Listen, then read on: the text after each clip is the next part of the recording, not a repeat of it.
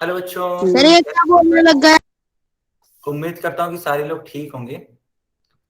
तो बच्चों, यस जैसा सर। कि आपको मालूम है कि हम लोग रिवीजन कर रहे थे, है ना। हम लोग रिवीजन कर रहे थे।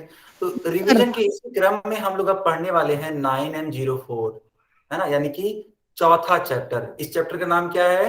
तो इस चैप्टर का नाम है दो चरों वाले रैखिक समीकरण। ठीक है बच्चों, हम लोग ये चीज सीखने वाले हैं। तो चलो स्टार्ट करते हैं। तो सबसे पहले हम लोग ये सीखेंगे कि आखिर ये रैखिक समीकरण होते क्या है। ठीक है, सबसे पहले हम लोग ये सीखेंगे कि आखिर ये रैखिक समीकरण होते क्या है। तो आप सभी ध्यान से समझने का प्रयास करेंगे। देखो, किसी भी रैखिक समीकरण को इस रूप में लिखा जाता है: a x plus b y plus c बराबर 0। ठीक है, अब ध्यान से समझना है। यह एक रैखिक समीकरण को लिखने का तरीका है ना। क्या तरीका है? A x plus b y plus c बराबर 0। जैसे कि यहाँ पे आप देख पा रहे हो यक्स लिखा हुआ है और यहाँ पे लिखा हुआ है वाई, तो बेटा यह चर है ना। ये क्या है? चर है। तो ये दो चर हैं बच्चों। आप सभी को समझ में आ रहा है ये क्या है? दो चर हैं। ठीक है, अब इन दोनों चरों का नाम क्या है? तो एक का नाम है यक्स तथा दूसरे का नाम क्या है बच्चों? दूसरे का नाम है वाई। ठीक है, अगर मैं आपसे बोलूं कि बताओ ए बी और सी क्या, तो ए बी और सी अचर है। क्या है? अचर। ठीक है, अचर है। अचर का मतलब क्या होता है कि इनकी वैल्यू फिक्स होगी, कभी भी ये बदलेगी नहीं। एक एग्जांपल के थ्रू आपको समझाता हूं मैं। सपोज लिखा हुआ है 3x + 4y + 9 बराबर 0, है ना। इस प्रकार से लिखा हुआ है। तो बच्चों जानते हो ये क्या है? यह एक रैखिक समीकरण है। क्या है ये? कौन बताएगा क्या है ये रैखिक समीकरण? बताओ इसमें कितने चर हैं बच्चों? इसमें कुल कितने चर हैं? बहुत बढ़िया, बहुत बढ़िया। नहीं, दो चर हैं इसमें सिर्फ, है ना। एक x है, दूसरा y है। एक यक्स है बेटा और दूसरा क्या है? y है। ठीक है, ओके। अब मान लो इस प्रकार से लिखा गया है।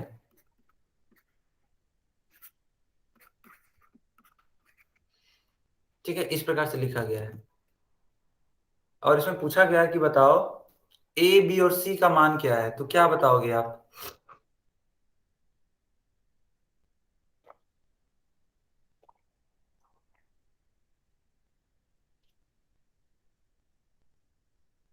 ए बी और सी का मान अगर पूछा जाए तो बताओ क्या बताओगे? सर एक बार फिर तो से देखो समझा इसको दो। बता, इसको पहले कंपेयर करना पड़ेगा। देखो, a x plus b y plus c बराबर 0। ठीक है बच्चों, तो जब इससे तुलना करोगे, जब इससे तुलना करोगे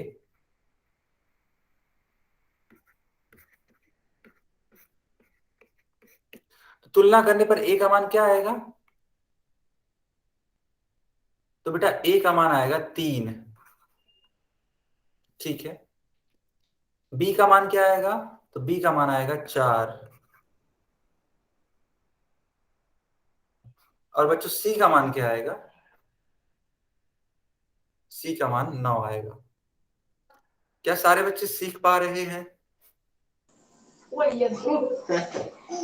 यस सर। क्या करे?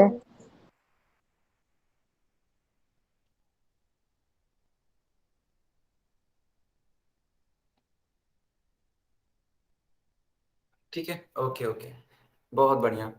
चलो इस हिसाब से मैं आपसे एक क्वेश्चन पूछता हूं।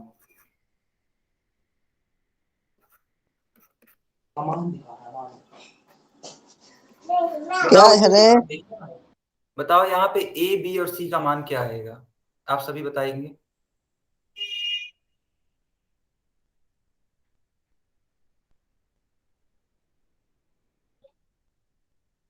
बताइए ए बी और सी का मान क्या आएगा।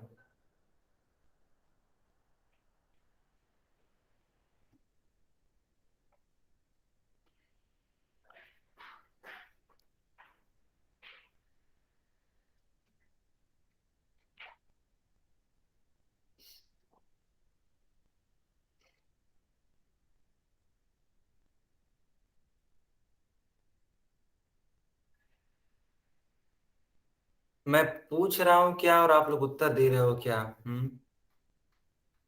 अरे बेटा हम ये पूछ रहे हैं कि इसका तुलना करेंगे अगर a x plus b y plus c बराबर 0 से तुलना करेंगे। Lalu nggak dia mampu lah ए itu का mampu मान- semua. Ya angin tuh kilo dah, dah musim musim. Jadi kalau कोई aku, बच्चा माइक मत ऑन करिए, ठीक है।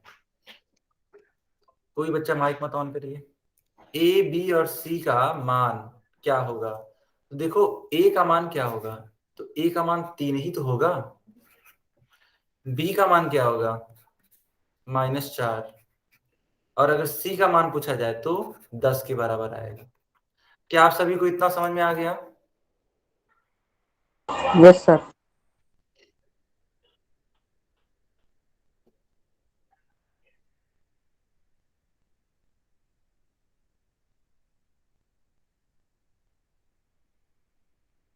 ठीक है, ओके।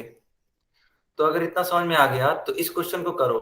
देखो क्या लिखा हुआ है। क्वेश्चन है कि रूट का 2x बराबर 7y -9।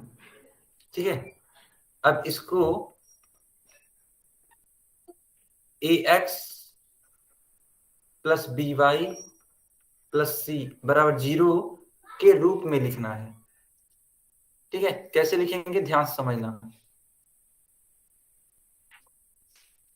कोई बात नहीं है तो दोबारा समझा रहे हैं बेटा, हम समझा रहे हैं, ठीक है। उसकी चिंता मत करो, बार बार एन टाइप करने की या वाई टाइप करने की जरूरत नहीं है। मैं आपको दोबारा सिखा रहा हूँ, ठीक है, समझो। इस सवाल को कैसे करेंगे, पहले इसको एक तरफ ले आएंगे, है ना। ये वाई देख रहे हो 7y और ये -9 देख रहे हो, एक तरफ लाओ। एक तरफ लाओगे तो रूट का 2x होगा, माइनस का 7y होगा, सॉरी,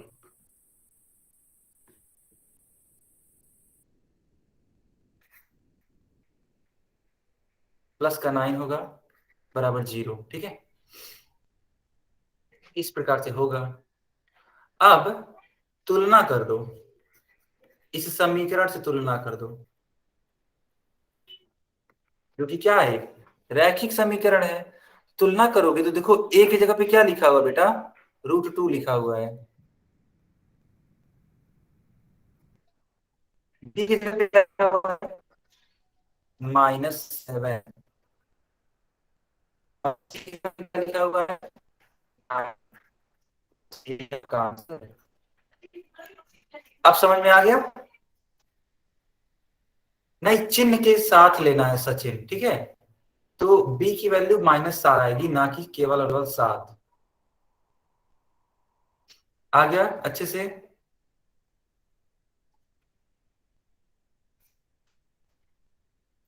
सर जी यहाँ पर तुम मतलब इसमें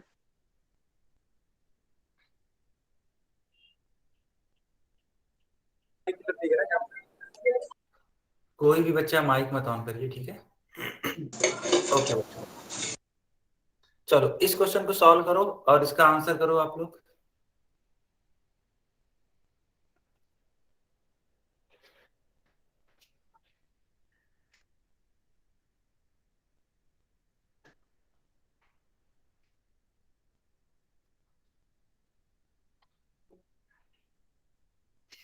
चलो इसका आंसर करो आप लोग बोर्ड में, ठीक है।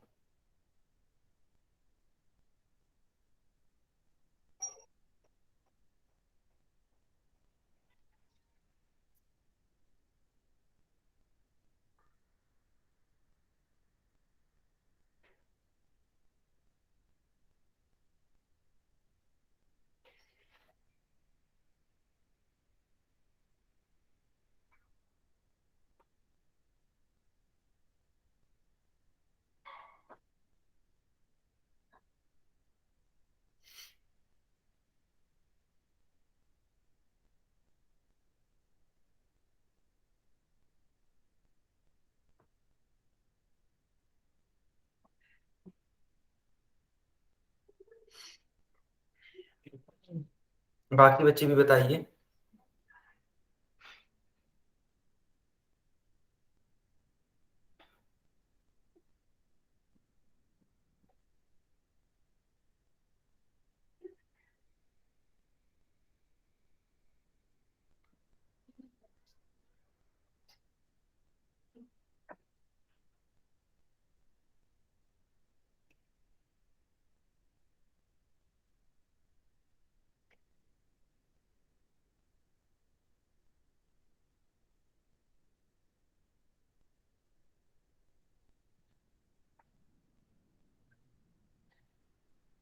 ओके बच्चों, अब मैं पोल बंद कर रहा हूँ और चैट ऑन कर रहा हूँ, ठीक है।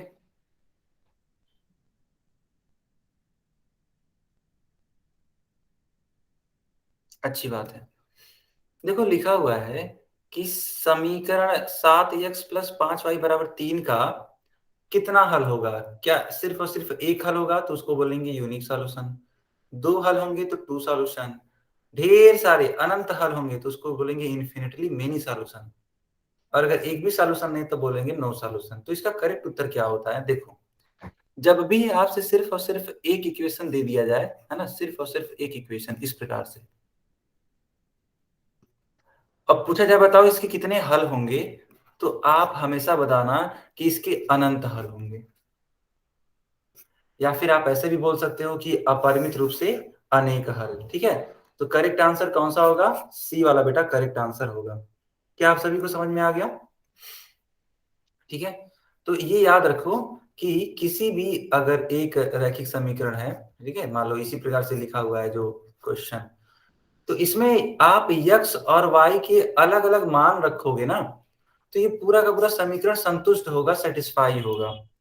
एक्स के अलग अलग मान के लिए, वाई के अलग अलग मान के लिए, है ना, दोनों ही पक्ष, दोनों ही साइड आपस में बराबर आएंगे। तो जब दोनों ही साइड आपस में बराबर होंगे तब इसको हम लोग बोलेंगे कि हाँ, इसके अपरिमित रूप से अनेक हल होंगे, ठीक है। सबको क्लियर है।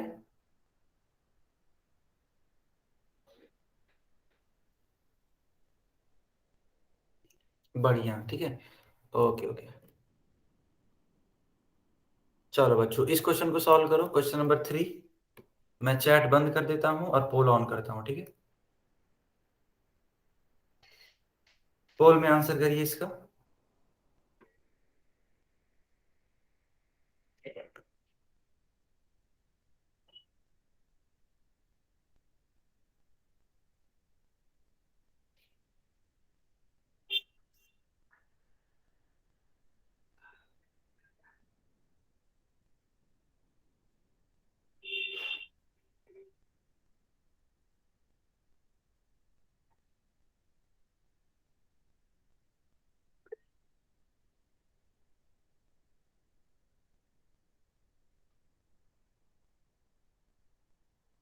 हेलो। हाँ बताइए, बताइए।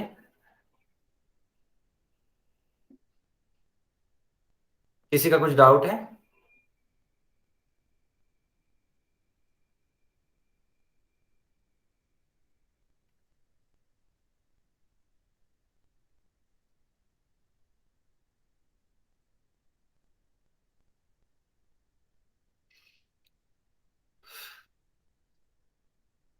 ओके बच्चों, अब मैं चैट बॉक्स ऑन कर रहा हूं, ठीक है।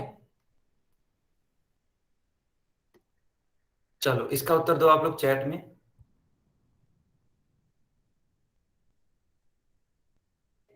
ठीक है,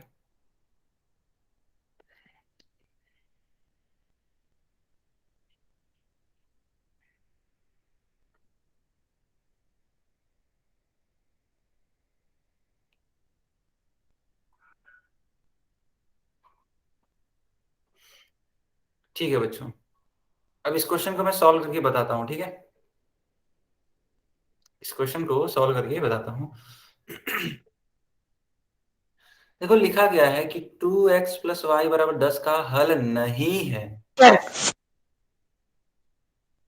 ठीक है। तो इसको अगर आपको सॉल्व करना है तो अलग अलग वैल्यू पुट करनी पड़ेगी और देखनी पड़ेगी कि क्या दोनों ही पक्ष, दोनों ही साइड बराबर हो रहे हैं। सबसे पहले रखिए गोलू गोविंदा सबसे पहले रखिए 1, 8।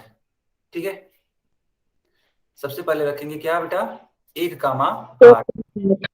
ठीक है, अब ध्यान से समझिएगा।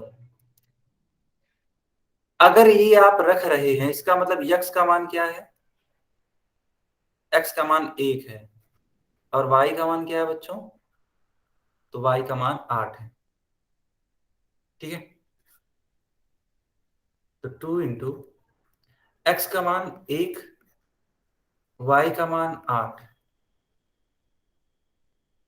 तो 2 × 1 = 2, और ये 8। बताओ बच्चों, 8 और 2 कितना होता है, 10 होता है।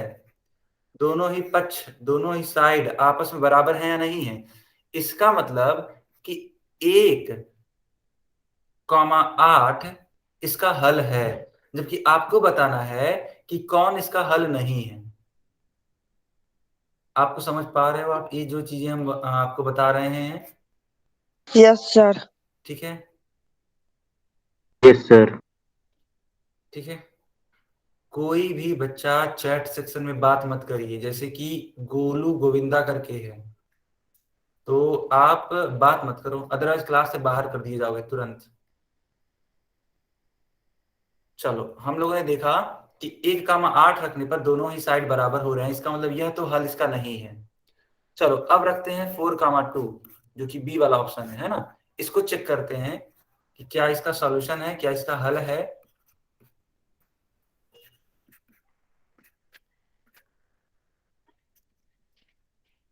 4 दूनी 8, 8 2 10, फिर देखो बराबर हो गया, इसका मतलब 4, 2 भी इसका हल है, जबकि हमें बताना है हल नहीं है। ठीक, ओके। अब तीसरे वाले ऑप्शन को चेक करते हैं, 5, 5 रखिए इस वैल्यू को, x का मान 5, y का मान भी 5, तो 5 दूनी 10,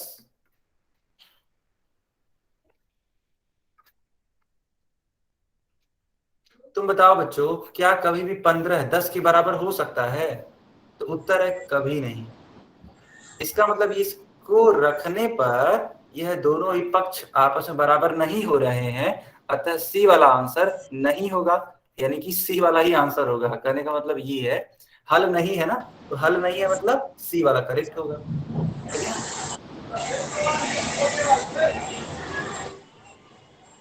सारे बच्चों को समझ में आ गया।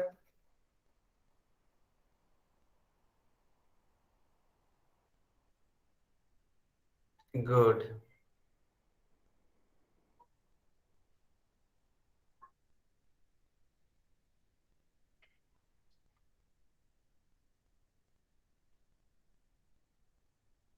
बहुत बढ़िया। चलो, अब इस क्वेश्चन को देखो, हमें ये सॉल्व करना है। ठीक है, अब इस क्वेश्चन को कैसे सॉल्व करेंगे, तो सारे बच्चे देखेंगे। ठीक है,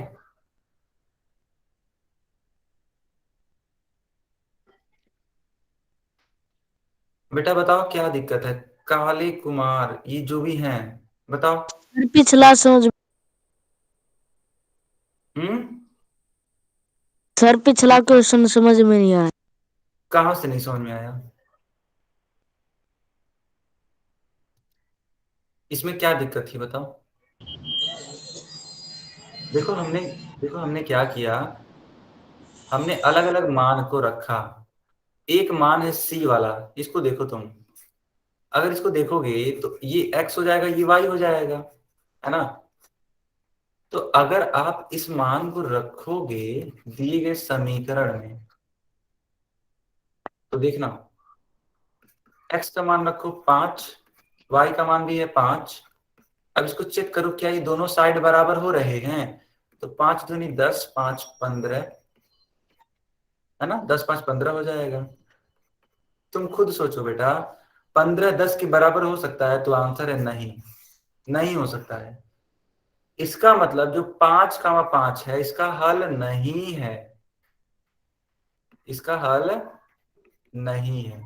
और हमको यही तो बताना था, इसका मतलब जो करेक्ट आंसर होगा वो कौन सा होगा, सी वाला आंसर करेक्ट होगा। अब क्लियर?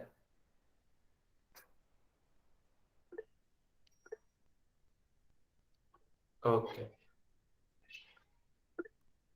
चलो अब देखो क्वेश्चन नंबर 4 हम लोग करने वाले हैं। क्या होता है क्वेश्चन 4, इसको कैसे करेंगे? तो अगर आपको इसको करना है तो इसके लिए आपको क्या करना पड़ेगा, ग्राफ खींचना पड़ेगा। ठीक है, ग्राफ कैसे खींचेंगे यही चीज मैं आपको सिखाने वाला हूं। ठीक, इसी ग्राफ को हम सिखाने वाले हैं कि इसका ग्राफ कैसे खींचते हैं। ठीक है, देखना बच्चों, क्वेश्चन है कि 9x प्लस 7y बराबर 63। तो इसका अगर ग्राफ खींचना है तो सबसे पहले आपको टेबल बनाना पड़ेगा एक।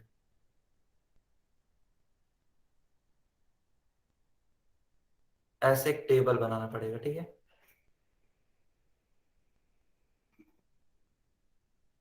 इस टेबल को बनाने के बाद आप x और y का मान रखोगे। क्या क्या रखोगे वही मैं आपको सिखाता हूं। देखो, यहाँ पे मान लेते हैं x है, ये y है। सबसे पहले x का मान 0 रखोगे और इसके रिस्पेक्ट में y का मान निकाल लोगे। फिर y का मान 0 रखना है और हमें x का मान निकाल लेना है। ठीक है, तो देखो, जब x बराबर 0 तब क्या होगा देखना बेटा। तो 9x plus 7y is equals to 63 है। x की जगह पे क्या रखना है, तो 0 रखना है।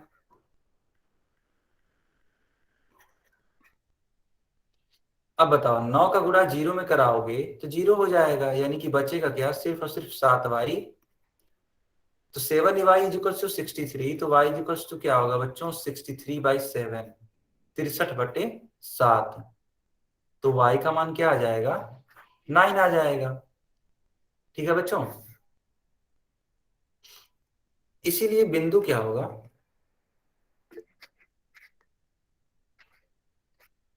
आप कहोगे सर बिंदु तो होता है x कॉमा वाई। हाँ बिल्कुल, x कॉमा वाई होता है।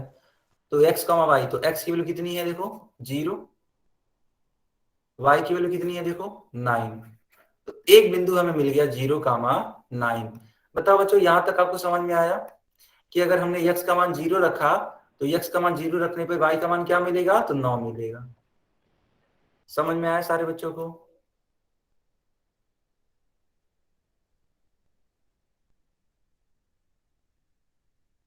बहुत बढ़िया। अब देखना, इसी प्रकार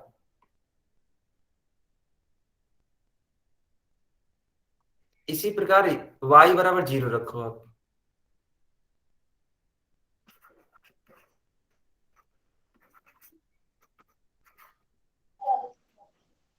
हेलो अब हाँ बताइए।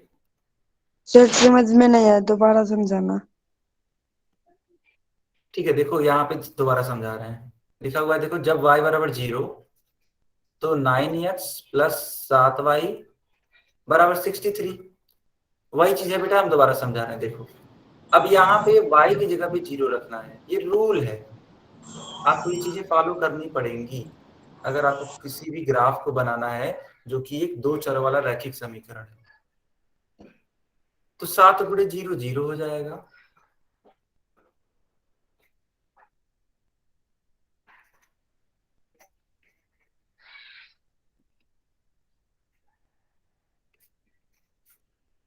तो x का मान 7 आ गया।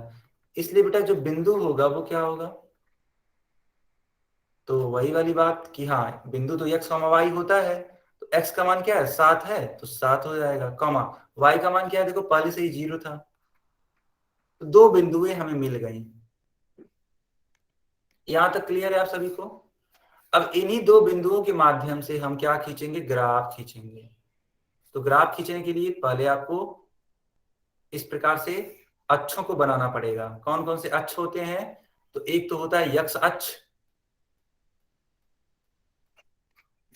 और दूसरा होता है क्या, एक वाई। वाई है। बहुत बढ़िया। तो -y और -x। एक बिंदु है 7,0 बच्चों। 7,0 का मतलब यहाँ पे x अक्ष पे 7 बार चलना, तो देखो 1 2 3 6 7।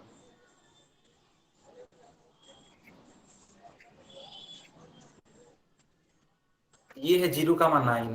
तो देखो 1 2 3 4 5 6 7 8 9। ठीक है, ये होगा एक बिंदु। अब इन दोनों ही बिंदुओं को मिला दीजिए।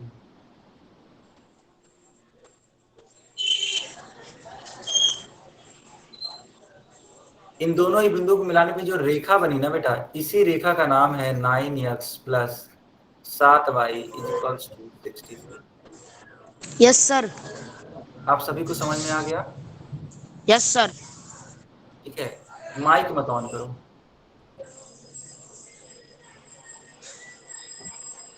देखो इस चीज को आप नोट भी कर सकते हो। ठीक है, इस चीज को आप नोट कर लो।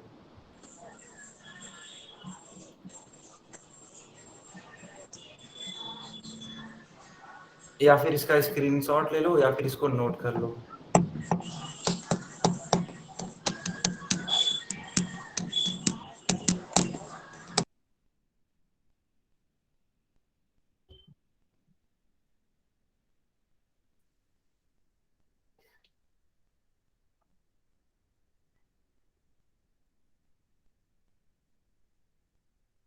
आप सभी ने स्क्रीनशॉट ले लिया? बढ़िया।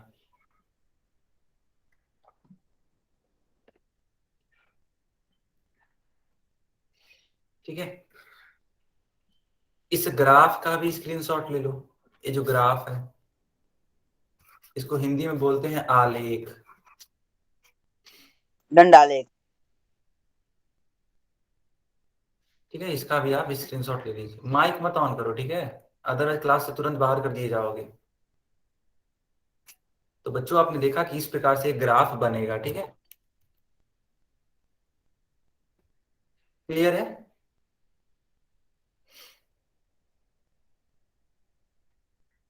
देखो ये पहले वाला है। सर उस नोट, इससे पहले। इसके पहले, अच्छा।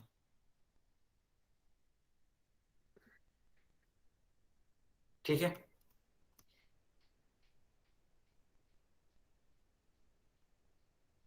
हो गया सर।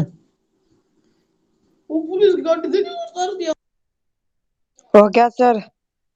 ठीक है, ठीक है, माइक मत ऑन करो। ठीक है सर। अब देखो ये क्वेश्चन नंबर 5 है। इसको आपको सॉल्व करना है। क्या लिखा हुआ है? लिखा है कि यदि बिंदु 3,4 समीकरण 3y बराबर ax प्लस 7 के आलेख पर स्थित है, तो a का मान बताना है। तो बताओ बच्चों, क्या होगा इसका आंसर? आप सभी लोग इसको सॉल्व करिए और इसका आंसर बताइए। सर सारे, ऑप्शन नहीं है। हाँ, इसका ऑप्शन नहीं है। ठीक है, इसको सॉल्व करके आंसर बताना है, इसीलिए ऑप्शन नहीं है।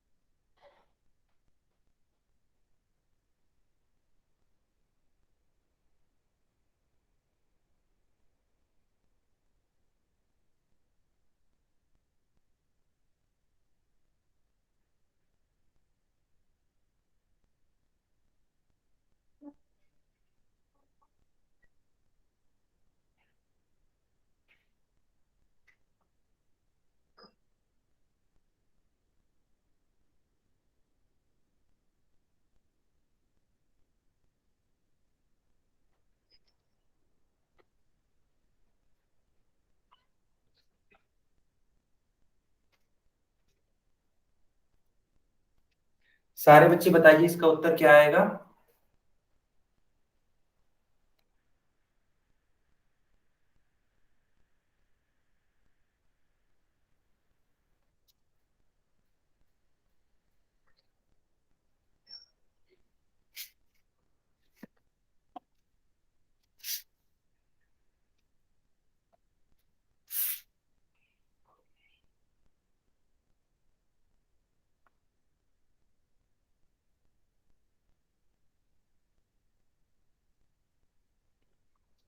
5/3, ठीक है, ठीक है, ओके।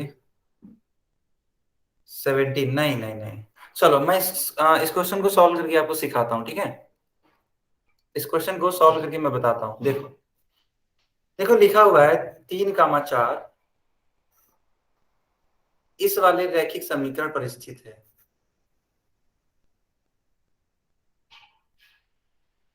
तो बेटा जब भी इस प्रकार का क्वेश्चन हो ना, तो आप क्या करोगे, उन मानों को रख दोगे। कौन से मान? याद करो, किसी भी बिंदु को x, y के रूप में लिखते हैं। इसका मतलब x का मान क्या है? 3 है, और y का मान क्या है? 4 है। ठीक है, तो चूंकि x बराबर 3 है, y बराबर 4 है, अतः इन दोनों ही मानों को रख दो। y की जगह पे 4 रख दो, x की जगह पे 3 रख दो। 4×3 = 12, 3a + 7।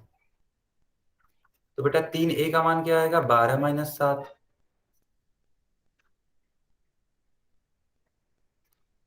तो 12 में से 7 जाता है, क्या आता है?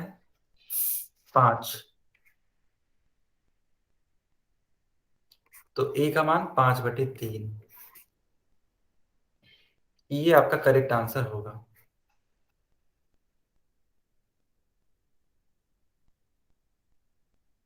सबको समझ में आ गया? No sir.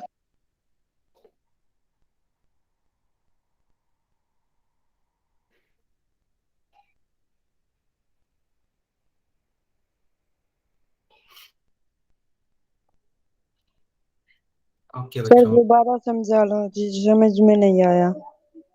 कहाँ से नहीं समझ में आया?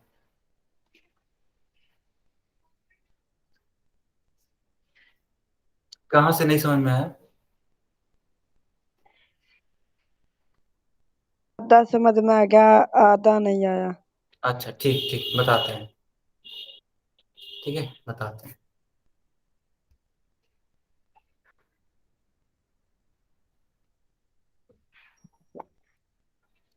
देखो हमने क्या किया, हमने इन मानों को रखा जो कि क्या है? 3 और 4 है। तो x के मान 3 और y के मान 4 है। देखो हमने रखा यस हुआ है। सर। ठीक। अब इन जब मानों को आप रखोगे तो देखो वैल्यू मिलेगा। 4 × 3 करोगे 12, और 3 का गुणा a में कराओगे 3a आ जाएगा। इसीलिए बेटा 3a का मान क्या आएगा? देखो ये 7 को आप इधर भेज दो, साइड इसका चेंज कर दो, तो 12 - 7 हो जाएगा। तो 12 में से 7 घट जाएगा तो क्या आएगा? तो 12 में से 7 घटेगा 5 ही तो आएगा। इसीलिए a का मान क्या आएगा? a का मान आएगा 5/3। क्या सारे बच्चों को बात समझ में आ गई? गुड, बहुत सही।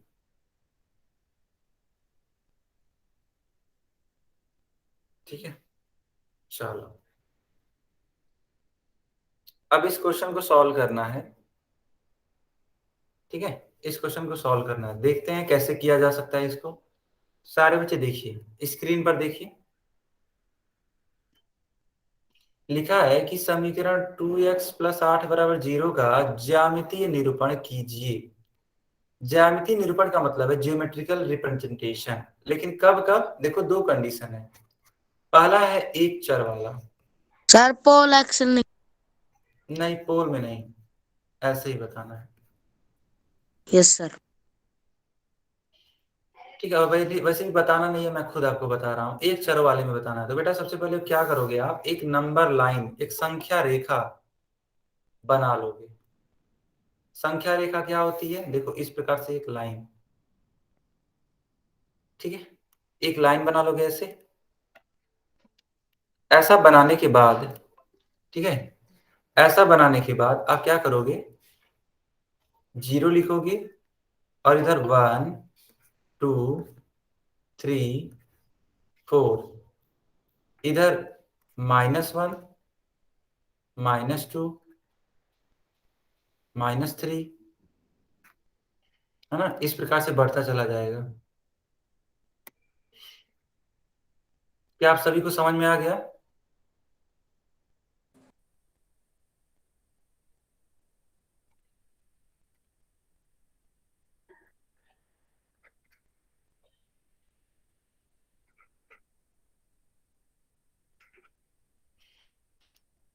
ठीक है,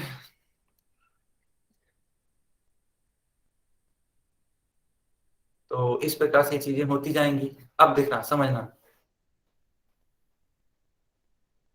काले कुमार के नाम से है जो मैं तुम्हें क्लास से बाहर कर रहा हूँ, ठीक है? हाँ, तुम्हारी इन हरकतों की वजह से तुम्हें क्लास से अब बाहर किया जा रहा है। अब तुम्हें क्लास में एंट्री भी नहीं मिलेगी अब।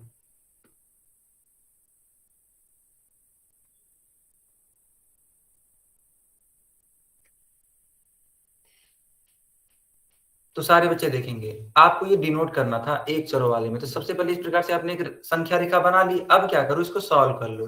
देखो लिखा हुआ है 2x+8 बराबर 0। तो लिखा जा सकता है 2x बराबर -8। इसीलिए x बराबर तो -8/2, यानी कि x बराबर बेटा आ जाएगा -4। बताओ आएगा कि नहीं आएगा?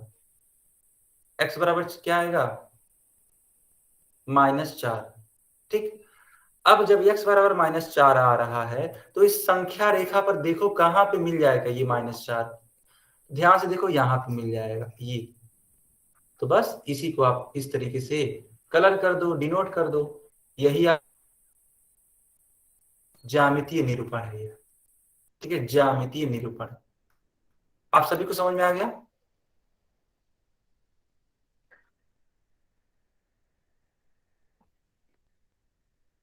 तो जल्दी से इसको आप स्क्रीनशॉट ले लो या फिर इसको नोट कर लो।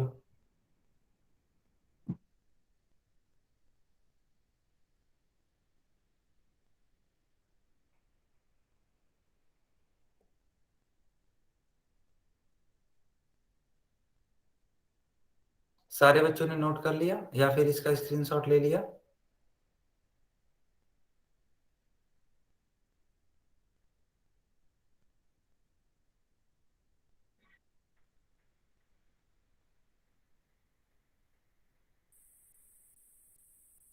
ओके,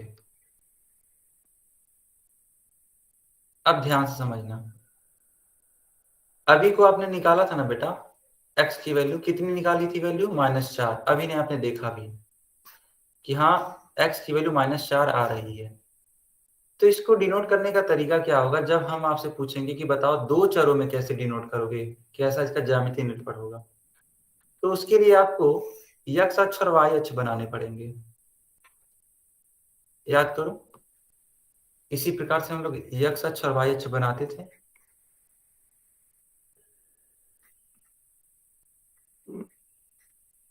है ना? तो एक हो गया x अक्ष, दूसरा हो गया y अक्ष। समझना बच्चों, x की वैल्यू -4 है ना, इसका मतलब x की तरफ जाएंगे, लेकिन हाँ किधर जाएंगे? ये तो धनात्मक होता है और इस साइड ऋणात्मक होता है। तो लेफ्ट में जाएंगे, अपने बाएं तरफ। तो बाएं तरफ देखो, 1 2 3 4, और यहां से होते हुए एक हम रेखा खींच देंगे ऐसे।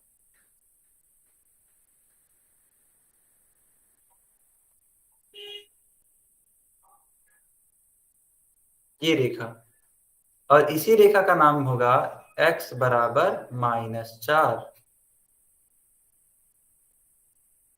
ठीक है बच्चों, इस रेखा का नाम क्या होगा? तो x बराबर -4। क्या आप सभी को समझ में आ गया? Yes sir. Yes sir. Yes sir.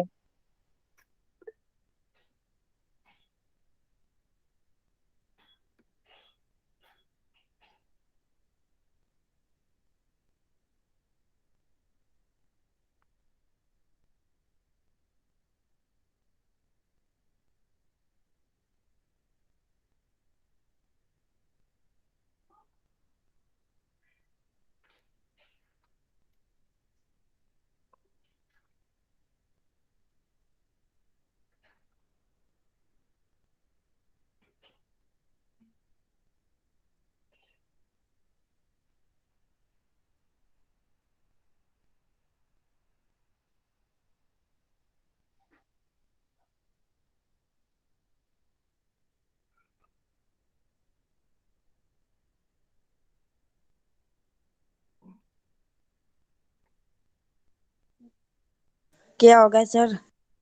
बच्चों मैं अपनी स्क्रीन पे नहीं आ पा रहा हूं, एक सेकेंड,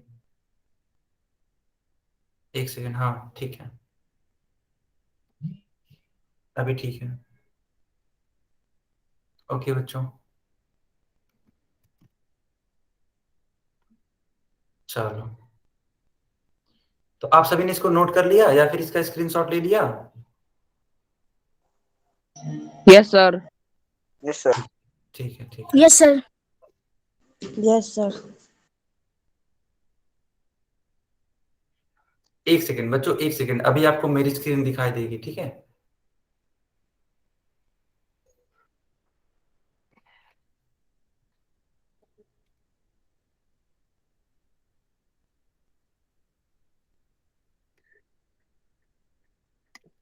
एक सेकेंड बच्चों।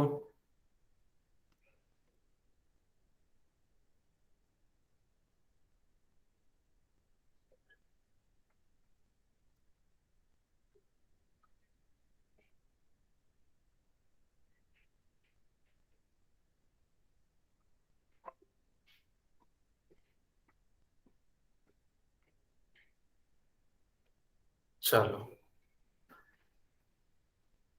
ठीक है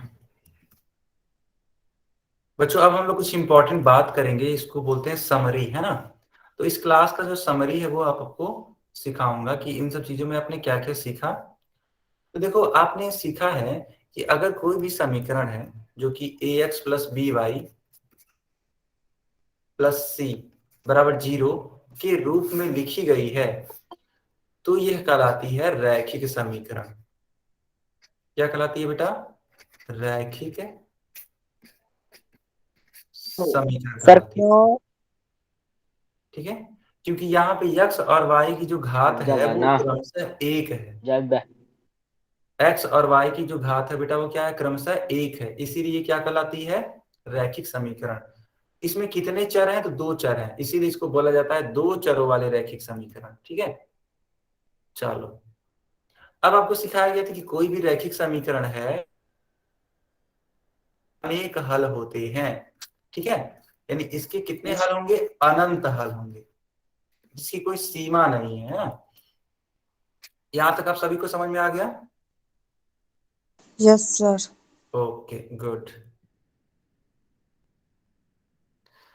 फिर देखो बेटा, आपको ये भी सिखाया गया है कि अभी को देखो, सिखाए भी हैं और बनाए भी हैं कि अगर कोई समीकरण है जो कि रैखिक समीकरण है, और अगर आपको इसका ग्राफ बनाना है तो ये इसका क्या होता है? एक सरल रेखा होती है। याद करो, अभी को हमने आपको एक क्वेश्चन बताया था, 9x plus 7y is equals to 63। अब यह एक रैखिक समीकरण है और इसका ग्राफ देखो ऐसे ही तो आता था। ठीक है, यही वाला ग्राफ था। तो ये जो ग्राफ है आखिर ये क्या है? तो यह एक सरल रेखा है, एक सीधी रेखा है। ठीक है, तो आप सभी इस चीज को याद रखेंगे कि कोई भी रैखिक समीकरण है तो उसका ग्राफ एक सरल रेखा होती है। ठीक है बच्चों, बोल ले कमाओ। कोई ठीक बच्चा है माइक सर। मत ऑन करिए, माइक मत ऑन करो। ओके, अच्छा बच्चों, अभी आपको सिखाया गया था ना कि दो अक्ष होते हैं, एक तो होता है यक्स अक्ष और दूसरा होता है वाई अक्ष। ठीक है, एक होता है यक्स अक्ष, दूसरा वाई अक्ष। तो इन अक्षों के भी समीकरण होते हैं, एक्स अक्ष।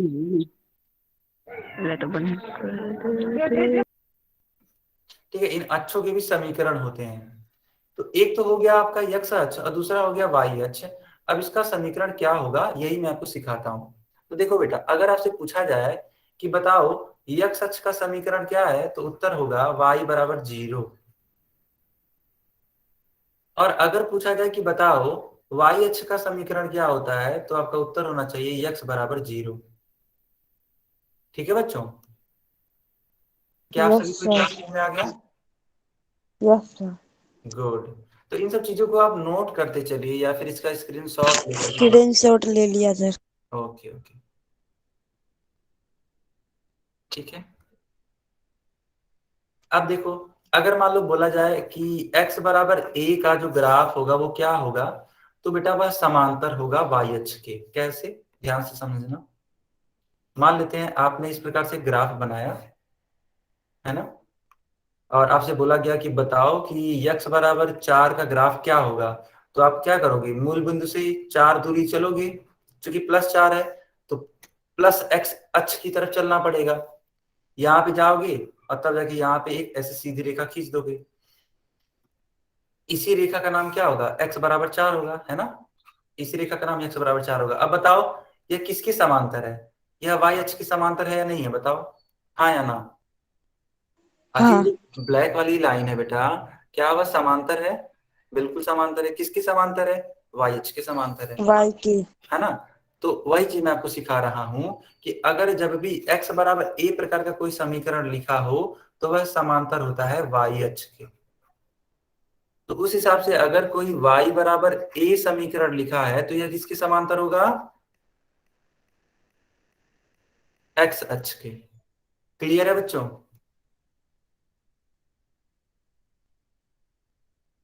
क्लियर है, बहुत बढ़िया।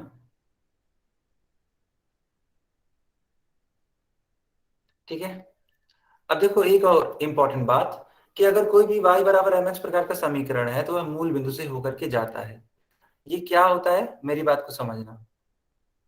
ठीक है बेटा, चैट में बात मत करो, यहां पे देखो ध्यान से। मान लो अगर y बराबर mx एक समीकरण लिख दिया गया, तो ये जो समीकरण होता है,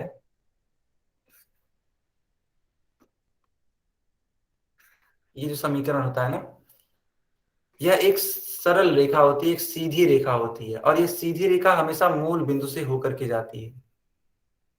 तो आप सभी इस चीज को सीख लीजिए कि अगर y बराबर mx कोई रेखा है तो यह हमेशा मूल बिंदु से होकर के जाती है। मूल बिंदु क्या होती है, तो मूल बिंदु का मतलब होता है 0,0। बच्चों समझ में आ गया। Yes sir. ओके बच्चों, तो ये क्लास यहीं पे, यस सर, समझ में हाँ आ गया। ये क्लास यहीं पे ओवर होती है।